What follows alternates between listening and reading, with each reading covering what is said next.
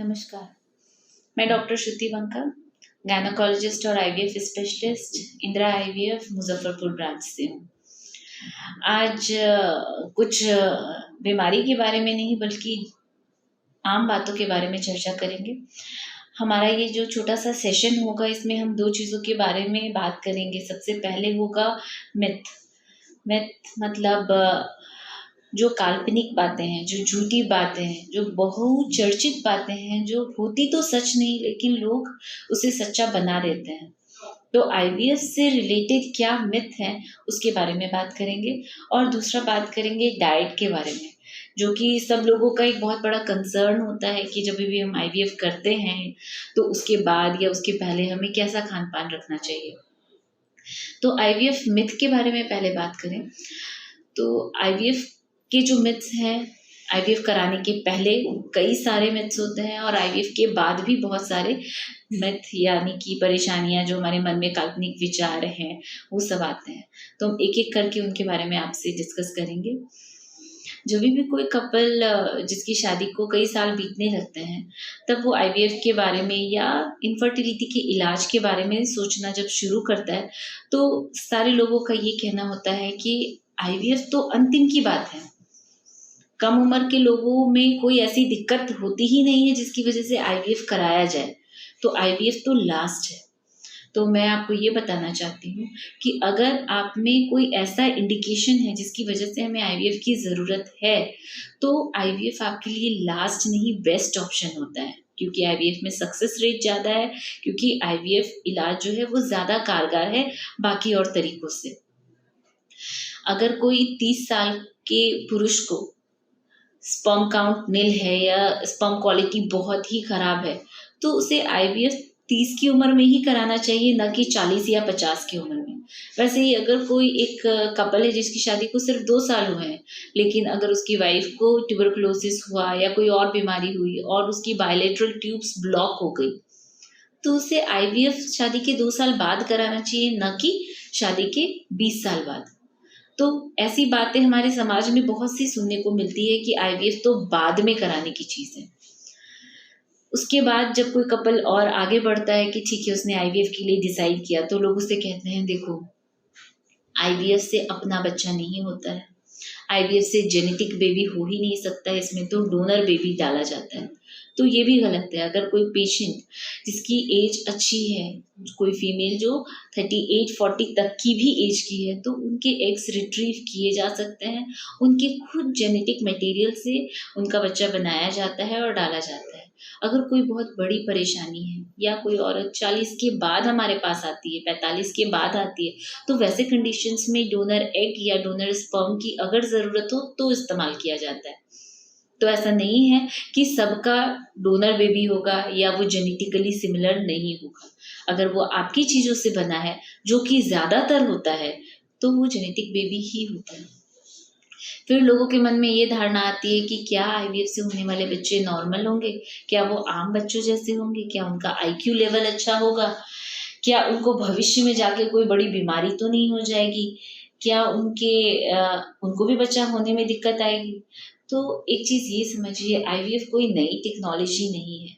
आज के समय में ये ज़्यादा फेमस हो रही है, ज़्यादा से ज़्यादा लोग इसकी पहुँच तक आ पा रहे हैं, लेकिन ये इलाज तो 50 साल पुराना है। जो हमारी आईवीएफ से होने वाली फर्स्ट औरत थी उसके भी बच्चे हो चुके हैं। तो ये पुराना एक पूरा लंबा डाटा है जो ये प्रूव करता है कि आईवीएफ से होने वाले बच्चे नॉर्मल बच्चों जैसे ही होते हैं, उनमें कुछ ऐसा जेनेटिक डिफेक्ट नहीं होता है। इनफैक्ट कुछ रिसर्चेस हुए हैं कई सारे देश में जो बताता है कि आईक्यू लेवल जो आईवीएफ बेबीज में होता है वो कंपैरेटिवली ज़्यादा होता है नॉर्मली कंसीव्ड बेबी के। और जो हमारा एक्सपीरियंस है इंदिरा आईवीएफ में 10 से 15 साल का, वो भी यही बताता है कि आईवीएफ से होने वाले बच्चे स्वस्थ ही होते हैं। इसके बाद फिर बहुत सारी सोशल स्टिग्मा है इससे रिलेटेड। बहुत सारा डर होता है किसी औरत के मन में, उसे बताया जाता है कि बहुत पेन होगा। तो आईवीएफ में कोई पेन नहीं होता है। आपको 10 दिन इंजेक्शंस लेने होते हैं जिससे कि हम आपके अंडे तैयार करते हैं और हल्की बेहोशी में आपके अंडे निकाल लेते हैं। जो एम्ब्रियो ट्रांसफ़र करते हैं, भ्रूण प्रत्यारोपित करते हैं, उसमें भी कोई बेहोशी, कोई दर्द नहीं होता है। ना ही आपको कभी अस्पताल में एडमिट रहने की ज़रूरत है। ये एक सिंपल डे केयर प्रोसीजर जैसा होता है। उसके बाद लोगों को ये लगता है कि आईवीएफ यानी कि बहुत खर्चीला इलाज, ये आम आदमी नहीं करा सकता है, ये छोटे शहर में हो ही नहीं सकता है। तो इस बात को भी समझिए, आज के समय में आईवीएफ अफोर्डेबल हो चुका है, एक्सेसिबल हो चुका है। आपके भी शहर में अगर कोई ऐसा आईवीएफ सेंटर है जिसकी लैब बहुत अच्छी है, एम्ब्रियोलॉजिस्ट एक्सपीरियंस्ड है, जहाँ के डॉक्टर आपके सपोर्टिंग हैं, जिनका एक्सपीरियंस अच्छा है, तो आप आईवीएफ अपने शहर में ही कराएँ, ताकि आप अपना आना-जाना, अपनी जो बाकी स्ट्रेसफुल फैक्टर्स हैं, उन सबों से दूर रहें। अपने घर में रहकर अगर कोई आईवीएफ कराता है तो डेफ़िनेटली उसमें भी सक्सेस रेट बढ़ जाते हैं, क्योंकि वो अदर एक्सपोज़र्स उसको नहीं झेलने पड़ते हैं। बाकी की परेशानियाँ उनको नहीं झेलनी पड़ती हैं। फिर कुछ लोगों का ये भी मानना होता है कि आईवीएफ तो ठंडी के मौसम में हो, कुछ कहते हैं कि गर्मी में कराएँगे तो अच्छा है। तो इंदिरा आईवीएफ में पूरे के पूरे 12 महीने हमारा सक्सेस रेट 70% 80% मेंटेन रहता है। अगर ऐसा होता तो हमारा सेंटर भी कुछ दिनों तक बंद हो जाता, तो ऐसी बात नहीं है। आईवीएफ का सक्सेस रेट आपके बॉडी टेम्परेचर पे डिपेंड करता है, ना कि एनवायरमेंटल टेम्परेचर पे। तो ये भी एक बहुत बड़ा मिथ है आईवीएफ से जुड़ा हुआ। इसके अलावा मैं ये कहना चाहूँगी कि आईवीएफ मानसिक और सामाजिक परेशानी है। इसमें सही समय पे सही तरीके से आप लोगों को सजग होकर के एंटर करना चाहिए, उसको अपनाना चाहिए, क्योंकि बच्चा ना हो पाना इटसेल्फ एक बहुत बड़ा टॉर्चर होता है। अब इसके बाद अगर इन सारी बातों को क्रॉस करके कोई हमारे पास आईवीएफ कराने आता है, उनकी ये सारे डाउट्स हम क्लियर करते हैं। उसके बाद जब आईवीएफ हो जाता है तो भी उनके मन में बहुत सारे डाउट्स आते हैं, जैसे क्या अब हमें फुल बेड रेस्ट पे रहना पड़ेगा? क्या हम करवट बदल सकते हैं? क्या हम नॉर्मल घरेलू काम कर सकते हैं? क्या हम आटा गूँथ सकते हैं? क्या हम घर के छोटे-मोटे जो काम होते हैं वो कर सकते हैं? हमें क्या खाने में सिर्फ़ खिचड़ी खानी पड़ेगी? तो ये सारे मिथ है। आईवीएफ में हमने आपकी यूट्रस के अंदर एक बहुत पोटेंशियल भ्रूण तैयार करके डाल दिया, बस। इसके आगे ये नॉर्मल प्रेगनेंसी जैसी होती है।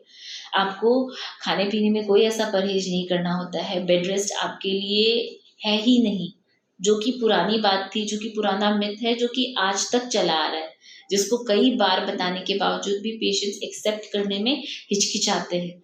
तो आईवीएफ में आपको बिल्कुल आराम से चलते-फिरते नॉर्मल घरेलू काम करते हुए आप आगे बढ़ सकती हैं। उसके बाद जब आईवीएफ प्रोसेस कोई पेशेंट आराम से आगे बढ़ जाता है, उसके बाद उसके दिमाग में ये डाल दिया जाता है कि अब तो डिलीवरी सिज़ेरियन सेक्शन से ही होगी, आपकी नॉर्मल डिलीवरी हो ही नहीं सकती है। तो आईवीएफ प्रेगनेंसीज़ में भी नॉर्मल डिलीवरी आराम से की जाती है, जैसे कि बाकी और प्रेगनेंसी में। इसमें लेकिन हम लोग इस चीज़ का ख़्याल रखते हैं कि क्या वो पेशेंट रिस्की पेशेंट है, क्या उसकी एज ज़्यादा है, क्या उसकी यूट्रस में कोई ऐसी बीमारी थी जिसकी वजह से सिज़ेरियन ज़्यादा हेल्पफुल होगा, तो हम लोग सिज़ेरियन करते हैं।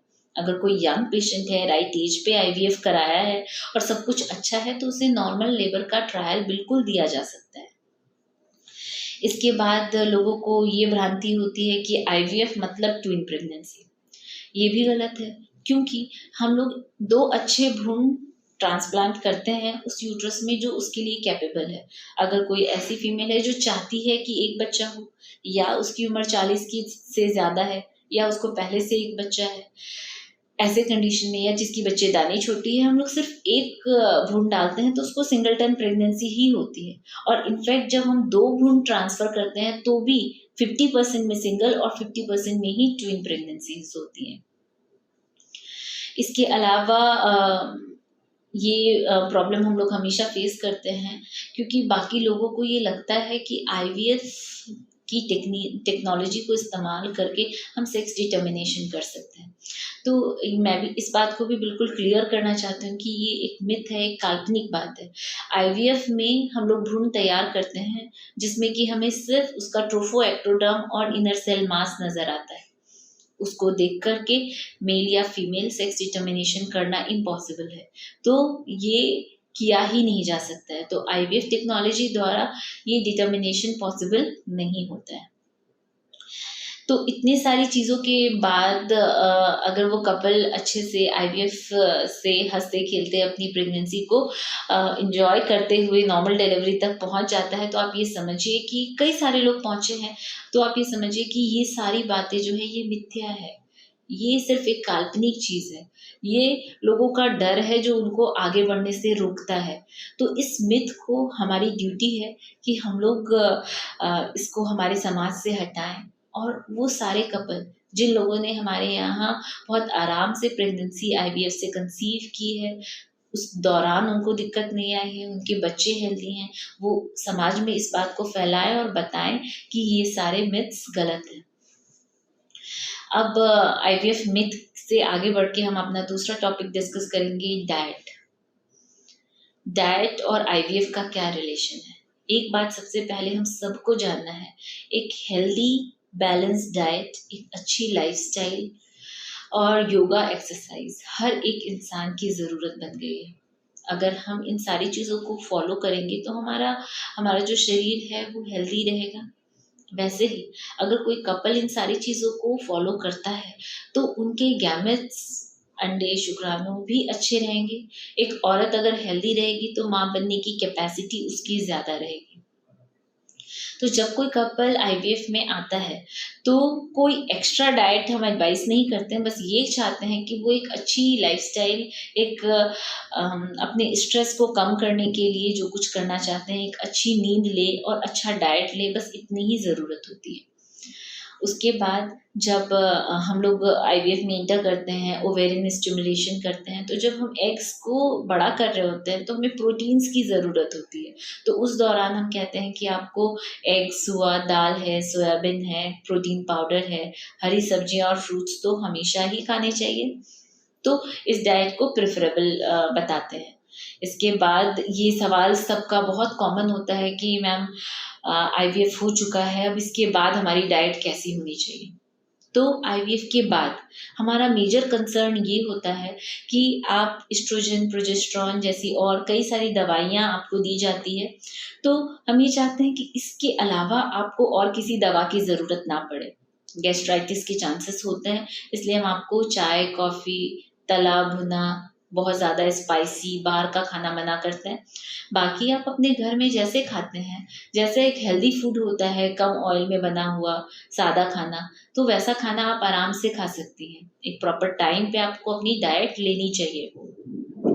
बाहर का खाना जो कि बहुत स्पाइसी हो सकता है, अनहाइजीनिक हो सकता है, उससे आपको लूज मोशन, कॉन्स्टिपेशन, ये सब होने की वजह से आपको और मेडिकेशन का बर्डन ना पड़े, इसलिए आपको सिर्फ घर में रहने के लिए और सादा खाना खाने के लिए बताते हैं। इसके अलावा कोई भी ऐसा खाना नहीं है, कोई भी ऐसा फूड आइटम नहीं है जो कि कंप्लीटली रिस्ट्रिक्टेड है या एडवाइजेबल है कि आपको ये खाना ही चाहिए।